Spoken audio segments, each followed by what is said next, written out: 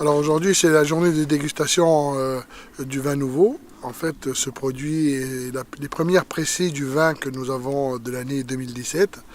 Et donc, c'est toujours un plaisir, un honneur pour nous de découvrir un peu ce que le millésime va nous réserver.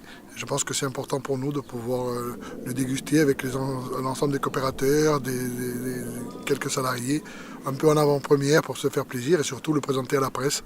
Parce que je pense que c'est un événement important pour nous, c'est un peu le fruit de notre travail, c'est la récompense de ce que nous avons fait et de pouvoir le donner à d'autres, le partager avec les autres, c'est un peu le plaisir des vignerons. Alors cette année, on s'est voulu un peu novateur puisqu'on a sorti une bouteille qui sort un peu de l'ordinaire. On a vraiment voulu marquer ce temps, même si on sait que c'est pas forcément ce vin-là qui aura les meilleures notes et qui sera certainement le meilleur produit en fin d'année, mais ce sont les premières pressées, il reste un peu de sucre, il reste beaucoup de fruits, très agréable à boire, très facile à boire, c'est bien pour faire l'apéritif. Donc voilà, c'est un peu un moment festif pour les vignerons et donc on tenait à marquer le coup. C'est à l'image de votre bouteille aussi. C'est l'image de notre bouteille avec beaucoup de couleurs, où justement on a voulu se faire plaisir sur quelque chose qui sort totalement de ce que nous avons fait jusqu'à aujourd'hui et qui permet d'être vu par tout le monde et pouvoir être dégusté et apprécié avec modération bien sûr. Les bouteilles de vin nouveau, elles ont été tirées à 13 000.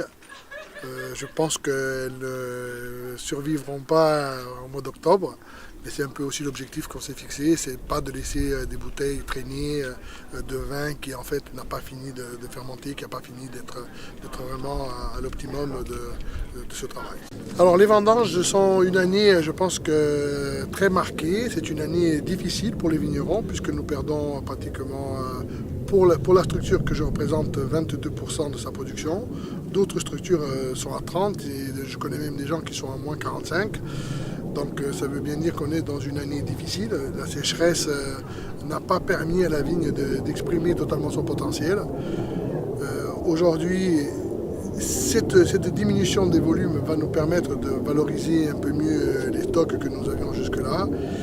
Mais il ne faut pas que la viticulture corse connaisse de façon successive des années comme ça, parce que sinon nous aurons beaucoup de difficultés sur les volumes à maintenir nos marchés.